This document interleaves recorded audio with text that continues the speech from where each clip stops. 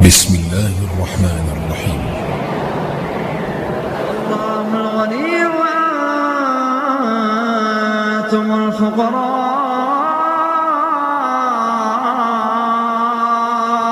والله الغني وأنتم الفقراء، والله الغني وأنتم الفقراء،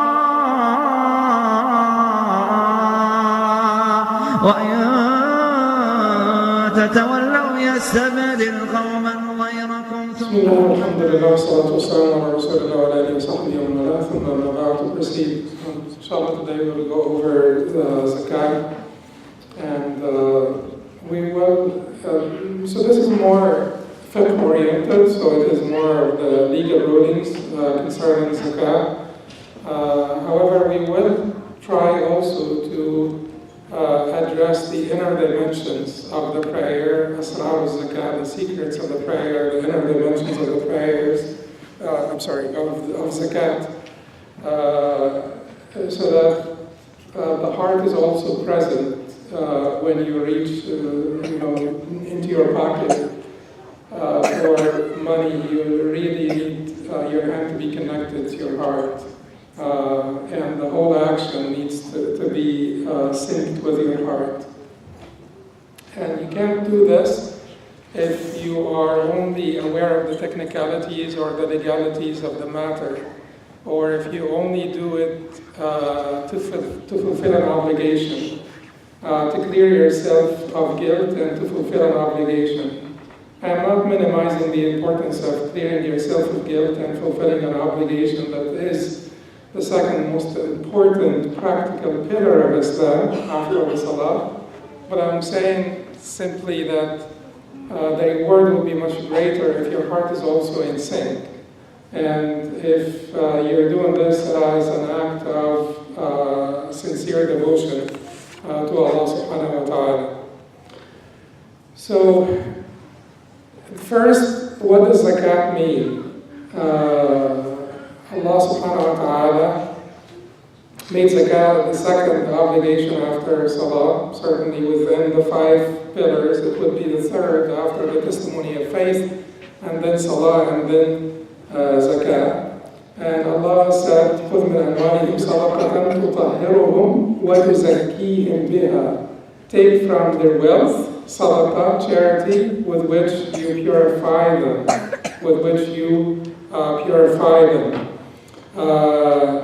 Now, to zakihim biha here has been translated as increase them in faith and so on. But it could also mean purify them, because the word zakat itself is a very beautiful word. And we're trying to use those words, and we're not trying to use the Persian or Roman or Latin or English equivalents of them, and then certainly we use them for clarification, for translation. But there is some beauty to those words, not necessarily because the other languages are incapable of transmitting the meanings, but because those words, because Arabic is extremely rich. When it comes to synonyms, it is extremely rich. Some people put in the Arabic words at 50 million words. So it is very rich, but it is not as much as about the richness of the Arabic language as it is about the choices of Allah. Who chose those words? Who chose those words that we use to basically the names of the different acts of worship and the terminologies that we use to describe our ibadat and our matters of spirituality and so on and so forth. Allah subhanahu wa ta'ala or the Prophet sallallahu alaihi wasallam guided by Allah. So it is not about the superiority of the language as much as it is about these are terminologies that have been used by Allah, by God, or His Messenger sallallahu alaihi wasallam who was given the most comprehensive and concise and precise speech, Jawami al-Kalim. So you will not be able to come up with their equivalent in other languages. Zakat is a homonym. The zakat, and Arabic has many synonyms, but it is also true that Arabic has many homonyms, or certain words in Arabic could mean so many things, and we go back to the root of those words, the three-lettered root of those words, to figure out the different implications of the derivatives from those three-lettered words, or three-lettered roots. Zakat would mean purification, it would mean increase, and it would mean praise. To recommend, to praise, and so on. And it would mean a credit, to give credit to something or to somebody, to zakki. So zakah means purification. Zakah means purification. And Allah subhanahu wa ta'ala says in this ayah here, خُذْ مِنْ أَمْوَالِهِمْ صَدَقَةً تُطَهِّرُهُمْ وَتُزَكِّيهِمْ بِهَا. Take from their money or from their wealth charity with which you purify them. تُطَهِّرُهُمْ, it could be like تُزَكِّيهِمْ. They could be synonyms, but تُزَكِّيهِمْ could mean here, other than purification, it could mean increase. You increase their faith with it. With that charity, you increase their faith. So it purifies you, and it purifies your heart from so many things. And it increases your faith in so many ways. Let's think about ways that the zakat would increase your faith. Money is so beloved by us human beings. We love money, for sure. Because we love this dunya, and we love the beauties and enjoyments and, conveniences of this dunya. And money is the means to all of this, right? To all of these material things that you can purchase with money. Certainly there are lots of things that you cannot purchase with money, such as love and happiness and so on. But there are the material things that we still like. We like the material things as human beings. This was just instilled in us. We certainly need to control it, tame it, control it. We don't need to completely give it up, because Allah subhanahu wa ta'ala does not inculcate any quality in us, and He wants us to completely crush it and to completely give it up. He just wants us to tame them, all of those qualities, regulate, tame, control them. So we love money, and since the love of Allah subhanahu wa ta'ala is central to our relationship with Him, Allah is asking us, every day in the morning, do you love me more, or you love your money more? So if you love Allah subhanahu wa ta'ala more, you'll prove it. That is why the Prophet ﷺ said, وَالصَّدَقَةُ بُرْهَانٌ, and charity is a proof, burhan. It's a proof on your faith in Allah. It's a proof that you love Allah subhanahu wa ta'ala more than you love the dunya, more than you love the enjoyments of the dunya that money can buy for you. So you're giving up money, the direct means to those enjoyments, for the sake of Allah subhanahu wa ta'ala. And people's love of Allah subhanahu wa ta'ala is not the same. So you have people like Abu Bakr as-Siddiq radiallahu anhu, who brought all of his money to the Prophet ﷺ for Allah subhanahu wa ta'ala to give for the cause of Allah subhanahu wa ta'ala. And you have, so maybe if you want to summarize the different rankings of people, you'll have people like Abu Bakr. That is one category by itself. You bring all of your money and you give up all of your money for the sake of Allah. That's a category by itself. And then, we're talking about the good people, by the way. We're talking about the good people. 3 categories for good people. Then at the bottom of this pyramid of good people concerning, this particular ibadah, you will have the people that just give the zakat, the obligatory zakat, the binding the zakat. And they calculate it very well. They give it on the due date. They calculate it. They make sure that if my zakat is $1,200, my zakat is $1,230. So I get the $1,230 on the zakat due date, which happens once a year for currency as well, and things like currency. And I give this in charity for the cause of Allah. Those are at the bottom. Between those people and the Abu Bakr category, radiallahu anhu, you will have like a spectrum, a wide spectrum. The people who give a little bit more than what's binding to prove a little bit more to Allah subhanahu wa ta'ala that yes, we do love you more than we love our money. So it's a very beautiful test. It's a litmus paper test. It's one of the quickest tests of your faith in Allah subhanahu wa ta'ala and your love for Allah subhanahu wa ta'ala, because we have this ardent love for money. And when you give up that which you love the most in this dunya, sometimes even more than your kids, because some people do love money more than their kids. People are stingy with their kids because they love money more than you love them. So you love it so much, you have this ardent love for money, and you feel so dependent on it, unless you have great deal of tawakkul ala Allah, reliance on Allah subhanahu wa ta'ala, and trust Allah subhanahu wa ta'ala.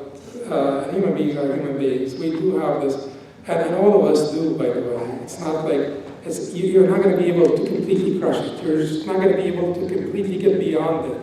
So you're going to be tested by it every single day, because there is no point where you say to yourself, this is something of the past.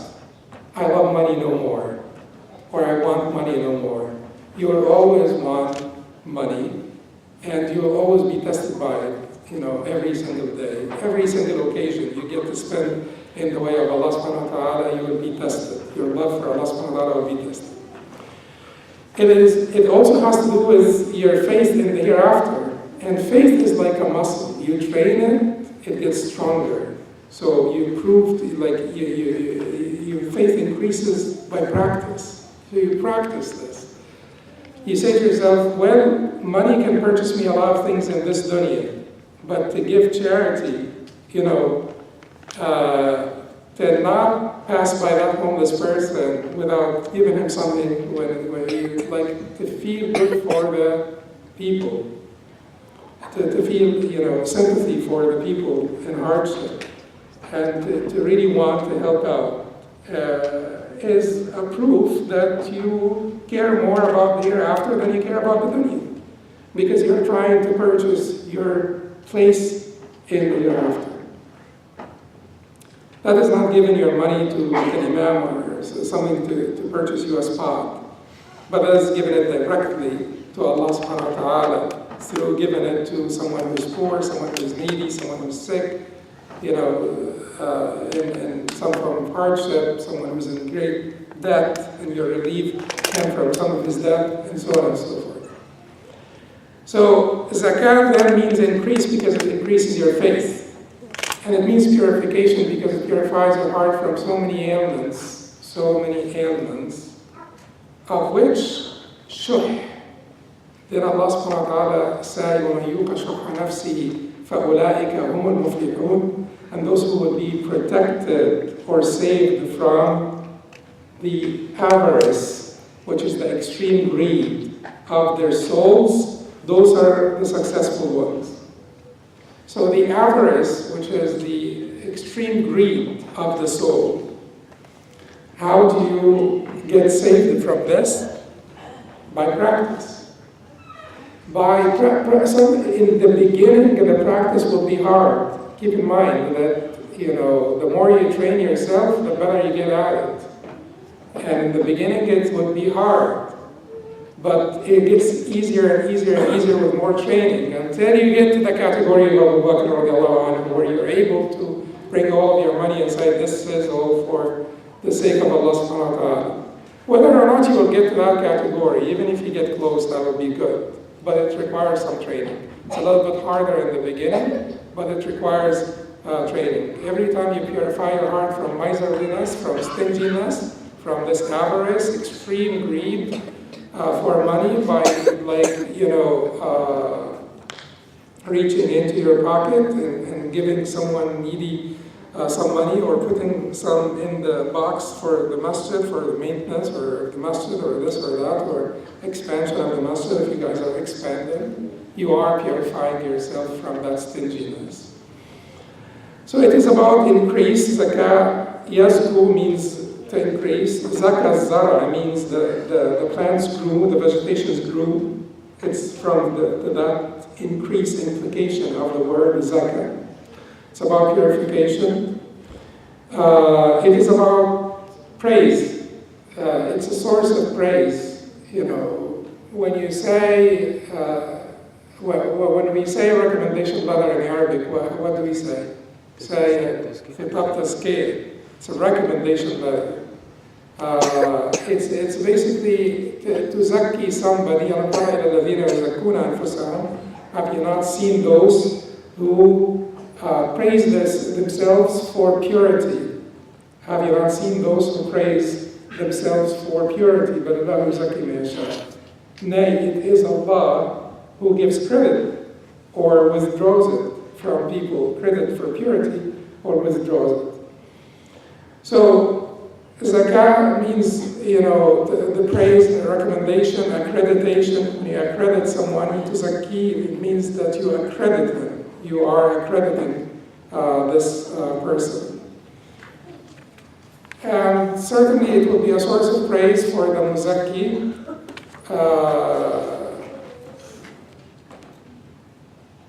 When withholding it will be a source of dispraise. Like if you're a very rich man and the people of your town know how much wealth you have, and they never see you give out anything. And zakat is made public because part of it is for social harmony. Part of the wisdom behind the zakat is for social harmony. That is why zakat is taken from the people publicly. Charity that is non-obligatory is given in secret, in private. It is preferred to be given in private. It could certainly be given in public, but it is preferred to be given in private. However, zakat is taken from the people publicly and given to the poor. And it is good and important for that social harmony, that the poor understand that the richer this person becomes, the greater share we will have in his wealth. The more we will have out of his wealth.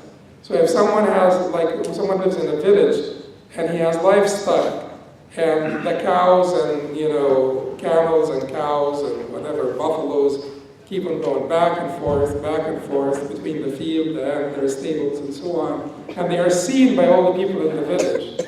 They know that at the end of the year, there is a designated portion of this that we're entitled to. A designated portion of this wealth that we are, of this flock of buffaloes that we, as the poor people of the village, are entitled to. That will take away much of the hatred and much of the envy from their hearts. And then when they see that person doing it without man or other, doing it without reminders of his generosity, or without any humiliation or insulting them in any way, then they will develop love for that person. And if they see that person doing more than what he is demanded to do, what he's required to do, given a little bit more than the obligatory zakah, they'll even love him more. And it will take more of the envy and the hatred out of the hearts. So all of those meanings are included in the word zakah. So it's a very beautiful word. Reflect on these meanings. Every time you give zakat, reflect on those meanings. It increases your faith in Allah, and the hereafter purifies your heart, and it's a source of praise for the muzakki or for the donor. The gravity of zakat, whoever is made wealthy by Allah subhanahu wa ta'ala does not pay the zakat of his wealth, then on the day of resurrection his wealth will be made like a gold-headed, poisonous male snake with 2 black spots over the eyes. The snake will encircle his neck and bite his cheeks and say, I am your wealth, I am your treasure. And a lot of people, particularly the skeptics, they usually say, so why a snake and so on.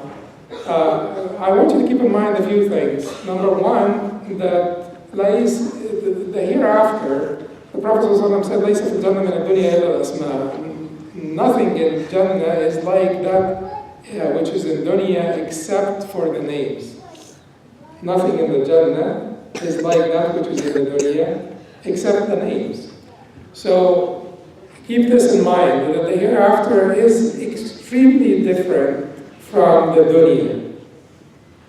But we human beings like to see things that are tangible. Tangibility, brings the message home for us.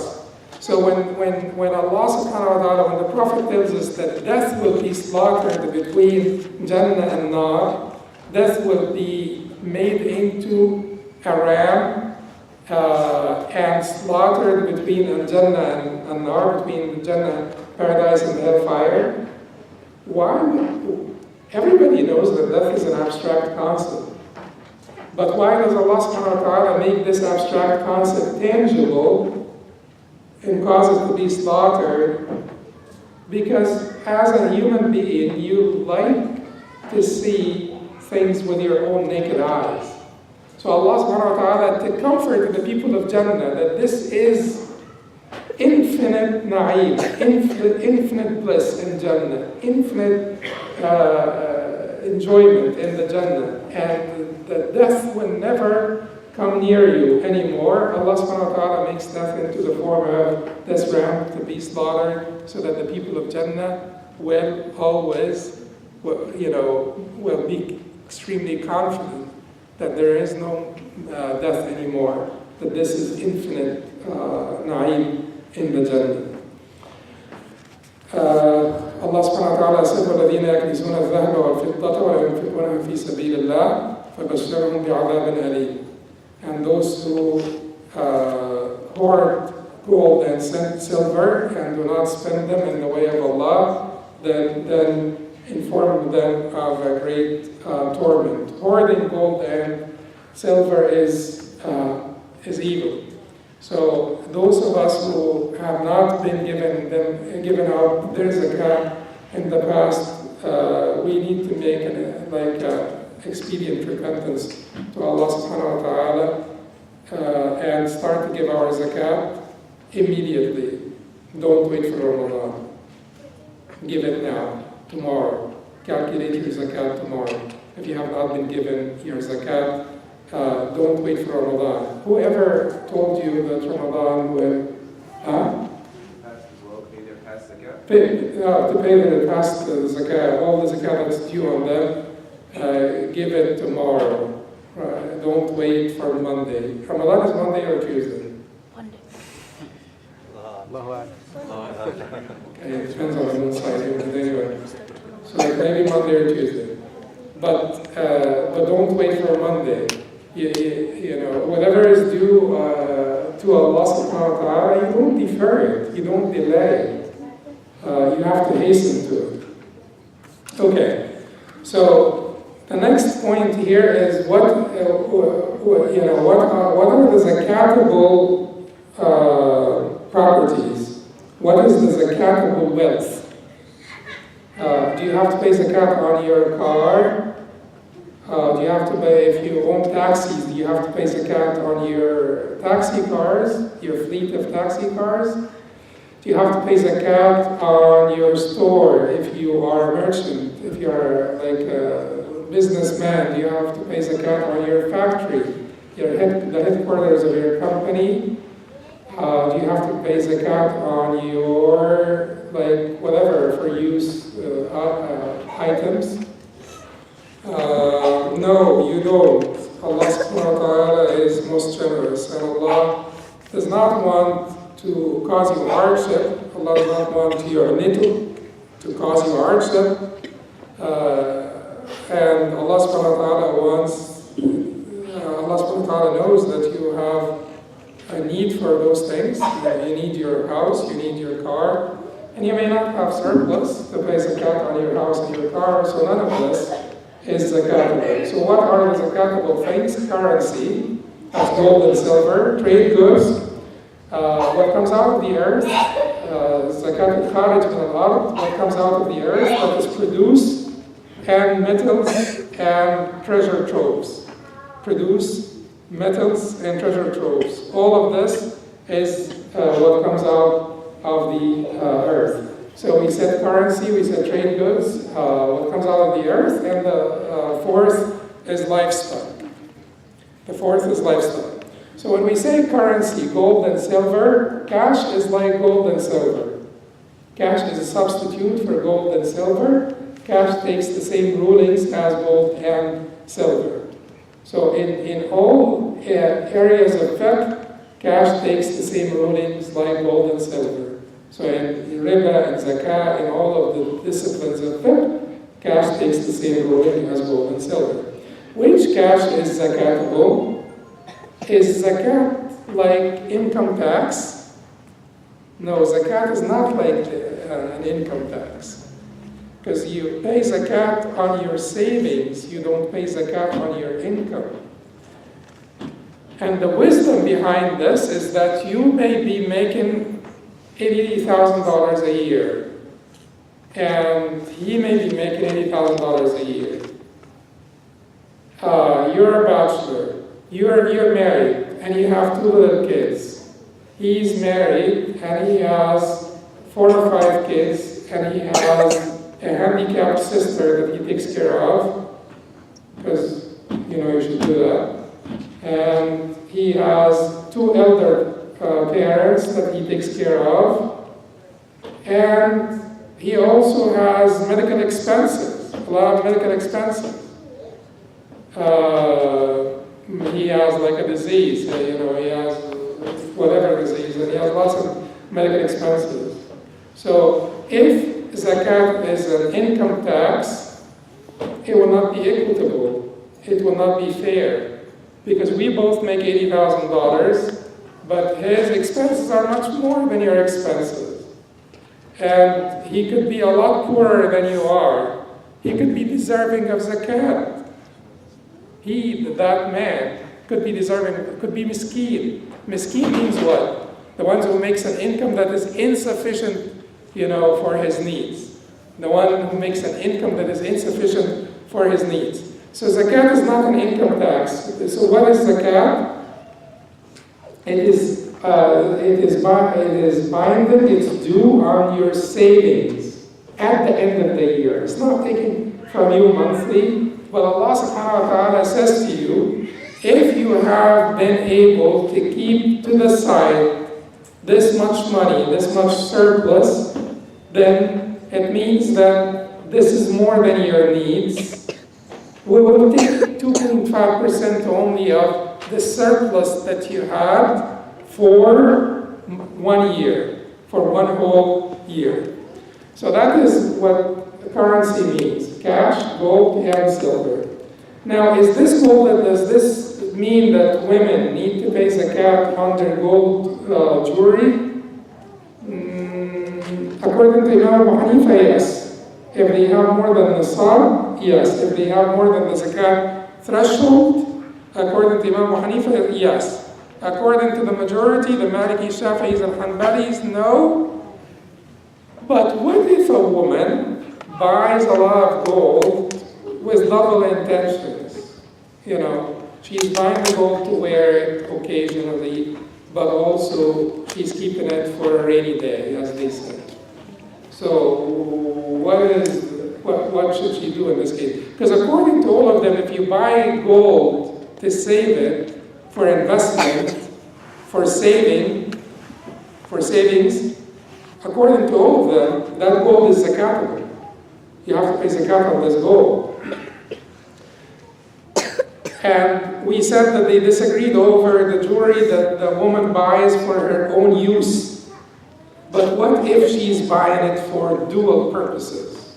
She wants to use it, wear it sometimes, but she also wants to use this money as like an investment for the future. In this case, it would be, even if you take the position of the majority that zakah is not binding on her usable jewelry, I would really strongly recommend for you, if you're having the double intention, to pay the zakat on your gold in this case. Now, given that you have the nisab, which is 85 grams of gold. Okay, the zakat on trade goods. Oh, we will come to it. Okay, I'm sorry. I thought that we're coming to it. Okay. So when is the zakat payable?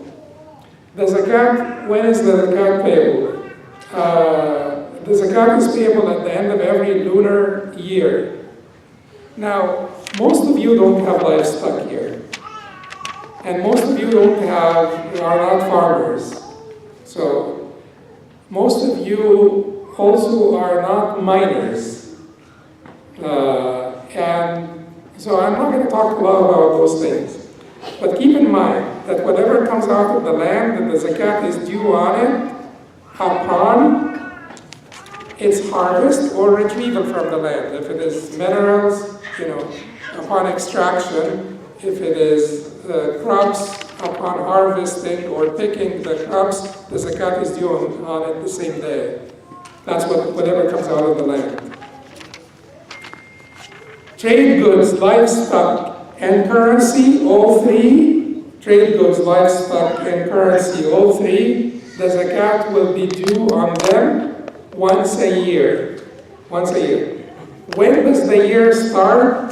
From the time you have the nisab, the threshold.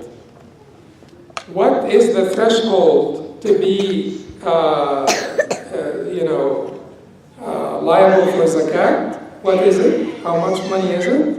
Multiply 85 grams of gold by the price of the 24 karat gram of gold. What's the price of 1 gram of gold? 24 karat gram of gold? $39. $39 today. So on your zakat due date, you figure out how much is 1 gram of gold, 24 carats, and then you see how much money you have in the bank. If the money that you have in the bank is equal to 85 grams of gold, of that gold, then you will need to pay zakat. So make a multiplication. It's about $3,367. $3,367. You're ready. Jazakallah. He told you. That's the nisab. That is the threshold.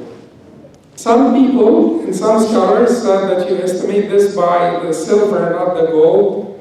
But the gold is the gold standard. Because if you use the silver, then, a lot of poor people would have to pay zakat.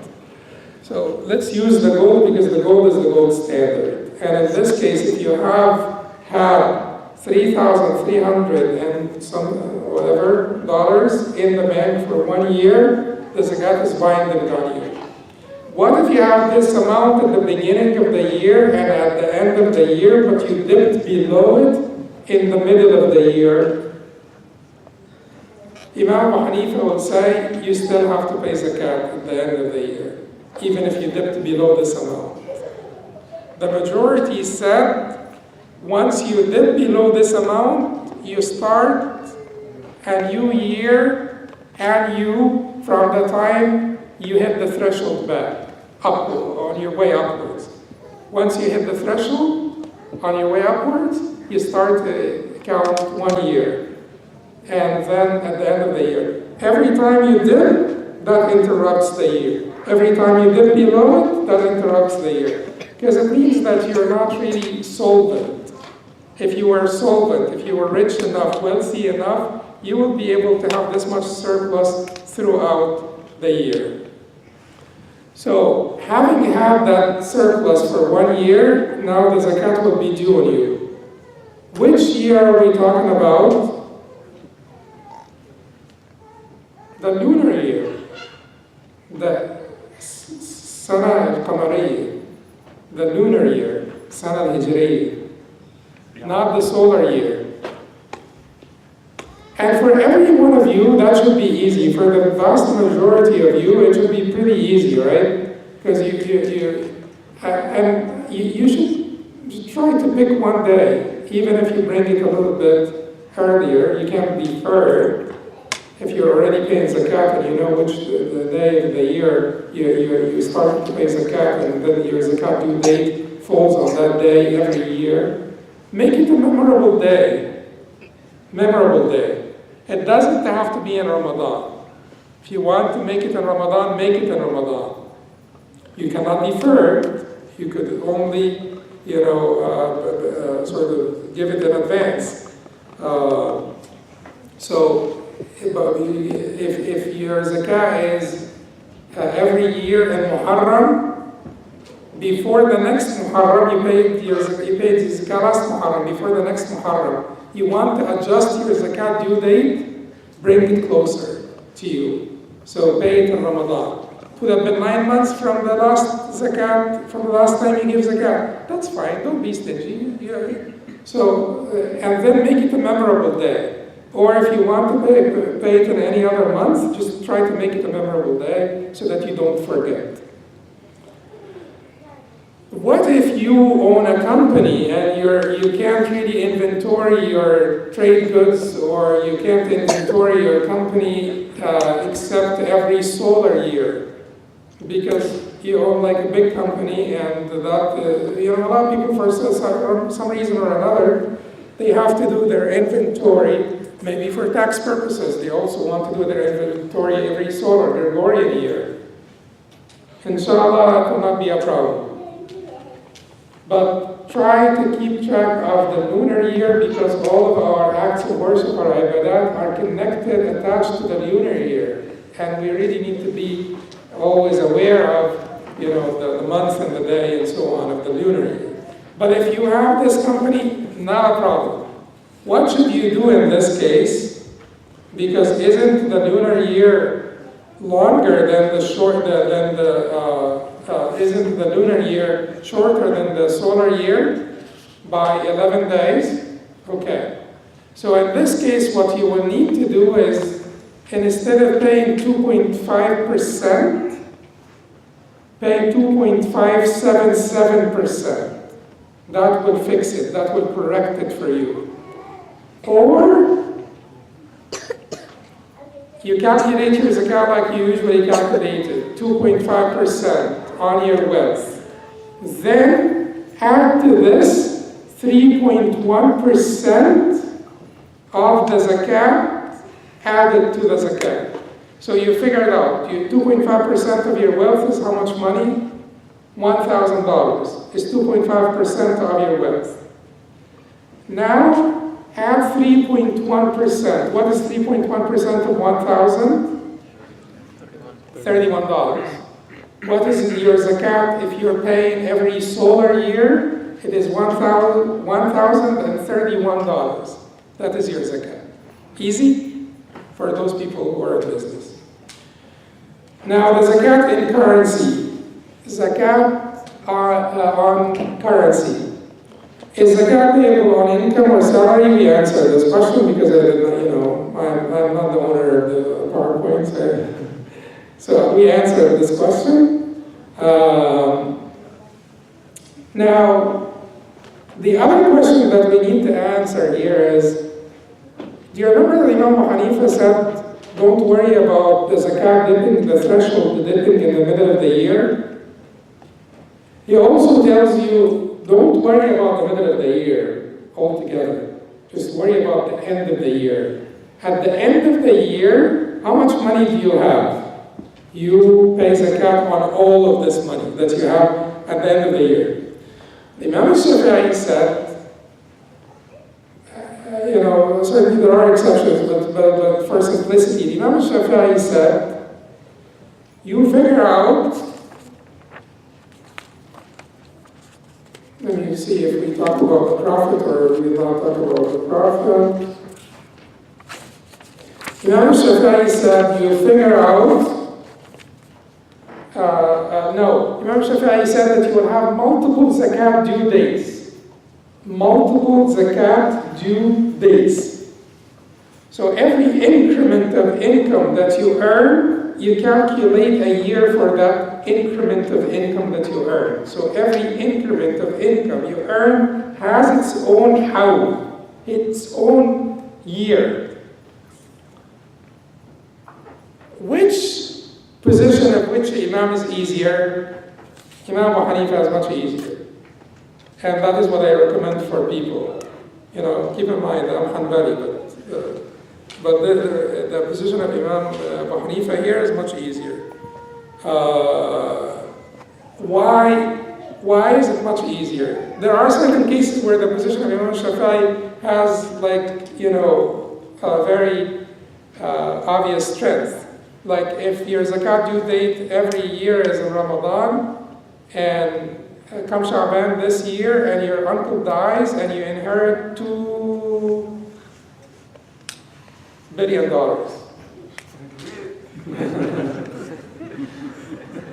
And then you renovate the masjid. No, you actually buy the neighborhood. So, but your uncle left you, $2 million.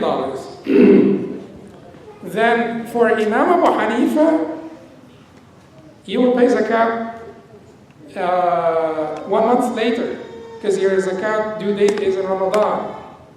Imam Shafi'i would say no, the $2 million would have their own year. But for most of us, we earn smaller increments of money. We get paid salaries. We earn smaller increments of money. So for most of us, the position of Imam Abu Hanifa will be much easier to follow. You just figure out how much money you have at the end of the year, and you pay zakat on all of this money. No. Can we mix? Like for my salary savings, use the Hanafi position, and if something jumps in where, you get the 2 million, then just for the 2 million? Yes, that is what I would recommend. That if you get like a large, sum of money at one point during the year, then make a new year for it.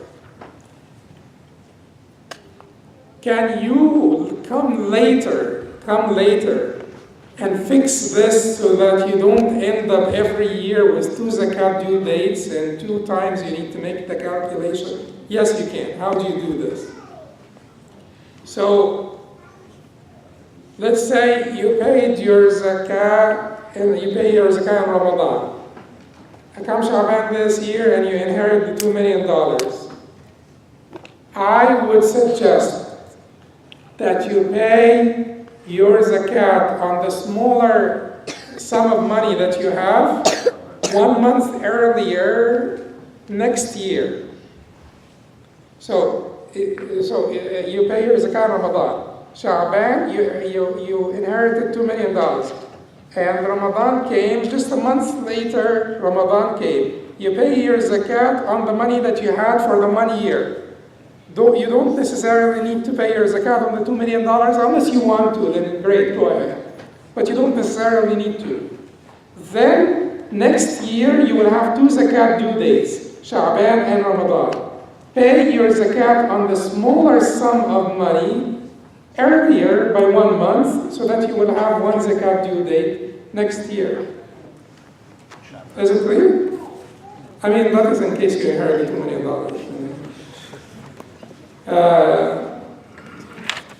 The next here is how is zakat savings calculated? Add up gold, silver, and cash. And that is the easier position, is that you add them all up, and you add up trade goods to them, add it all up. And then In terms of the zakat threshold, by the way, there is this position. Let me just not get into too much technicalities. But add them up, the gold, silver, and the cash money. And add the debts, all up, and subtract the debts you owe before the zakat. The debts that you are owed, add them up and add them to your asset, but we will talk about this a little bit more. Subtract the debts you owe before the zakat due date and pay 2.5%. Okay. So here is what you need to do. You add up all of your assets, and so add up the gold, the silver, the cash, and the trade goods. They belong to the same category. Add them all up. The zakat of livestock is a separate story. Don't worry about it. It's a separate story. What comes out of the land is a separate story. Don't worry about these things now. We're having currency and trade goods. Currency is cash, gold, and silver. Add all four up, and that's how much money you have.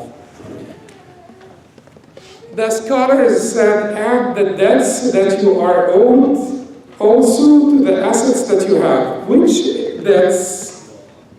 The debts that are payable, redeemable. But if you owe debts to someone who's insolvent, or you do owe debts to someone who's delinquent, or if someone who's delinquent owes you money, or someone who's insolvent owes you money, that money, by agreement, you do not have to pay zakat on it. Someone who's insolvent, someone who's delinquent, borrowed money from you. This person, this money, you will not need to consider it part of your wealth, and you will not need to pay zakat on it. But which zakat, which debts you will pay, according to the majority, which debts will you pay zakat on? The debts that are redeemable.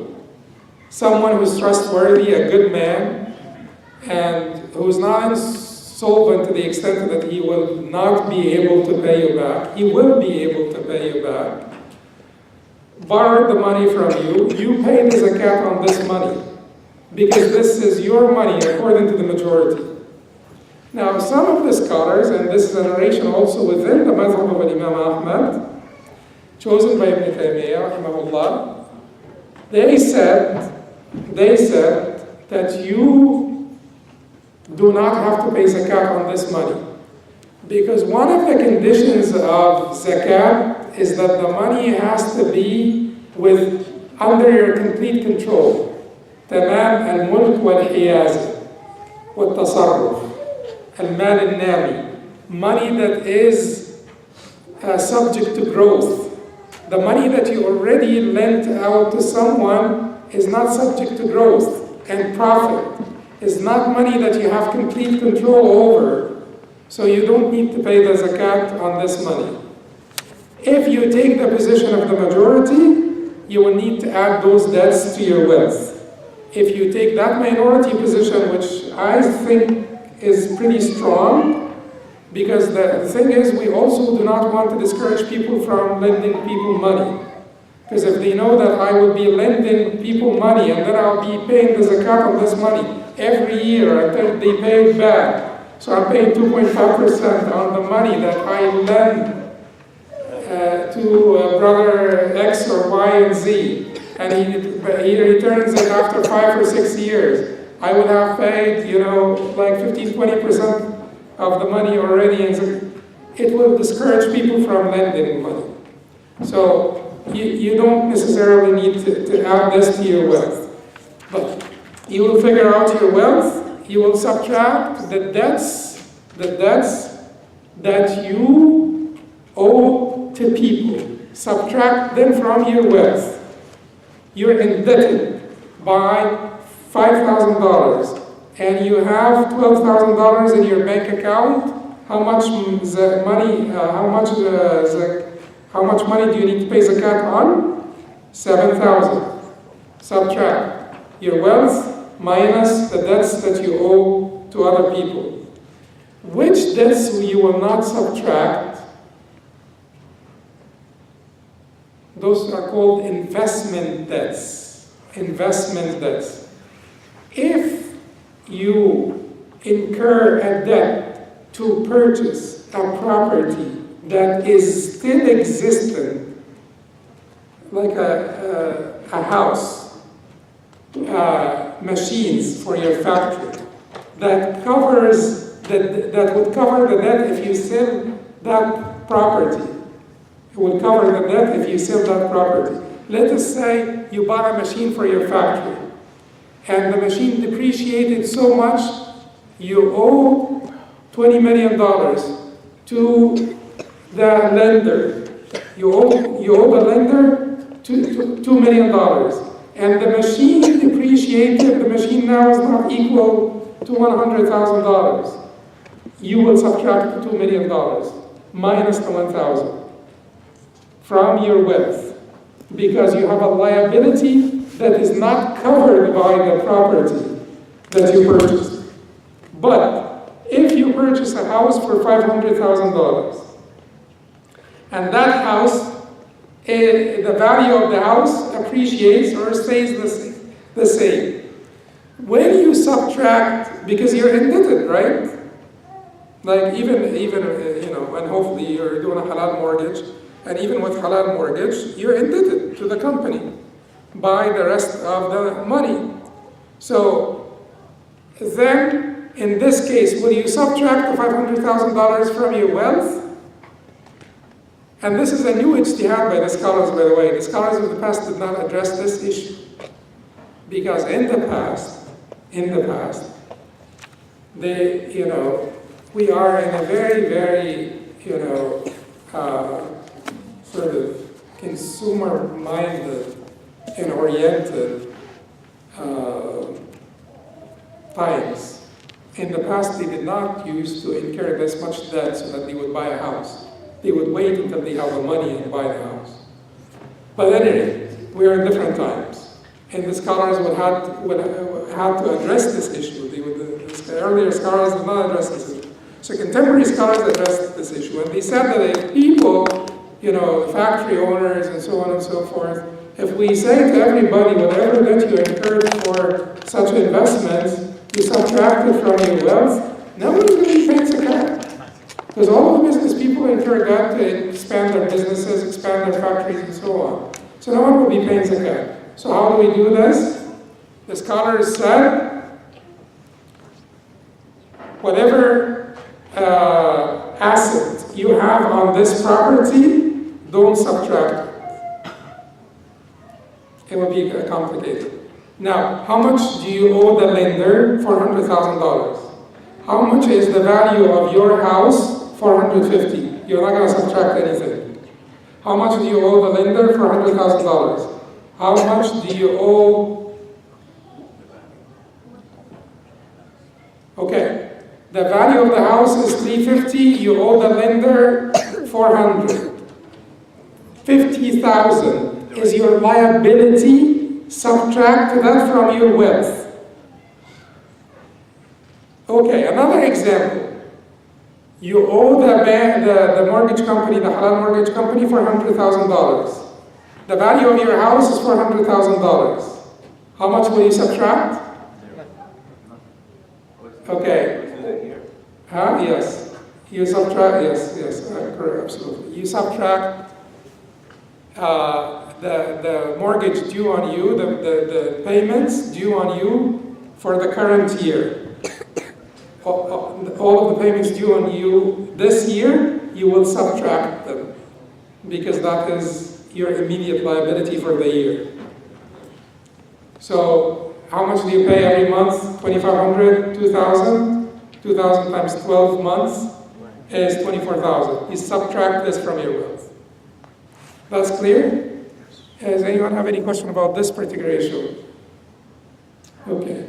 Yes, sister. So what about when you're paying the interest? So that's an expense going up. Credit card, because a lot of sisters are going off, we owe so much money on credit cards. 10,000, 4,000 on credit cards, and she because it's credit card, it does not go up? No, any debt. Well, first of all, Muslims, watch out. This is hot coal. This is fire. Feeding usury is equal in sin to devouring usury, as the Prophet ﷺ said in hadith reported by Muslim from Jabir radiallahu anhu. لعن الله أكل الربا وموكله وشاهديه وكاتبه وقال في زيادة سواء. May Allah curse the one who devours the riba, usury, the one who feeds it, the one who witnesses, the two witnesses, and the scribe. So stay away from this trouble. Please stay away from this trouble. If you already fell into this trouble and you're trying to get out of it, you will subtract all of the debts that you owe to the credit card company from your wealth. And you will try to pay them off as soon as you can so that you rid yourself of the sin of riba. Pay them off as soon as you can. Inshallah. But yes, as long as you're paying them off, as long as you're indebted to those companies, being indebted to a company is just like being indebted to a man. You will subtract this from your wealth. Any other questions about this issue? قولوا قولي هذا استغفر الله لي ولكم سبحانك اللهم وبحمدك اشهد ان لا اله الا انت استغفرك واتوب اليك. Inshallah, after Aisha we can entertain any questions or answer whatever I know, inshallah.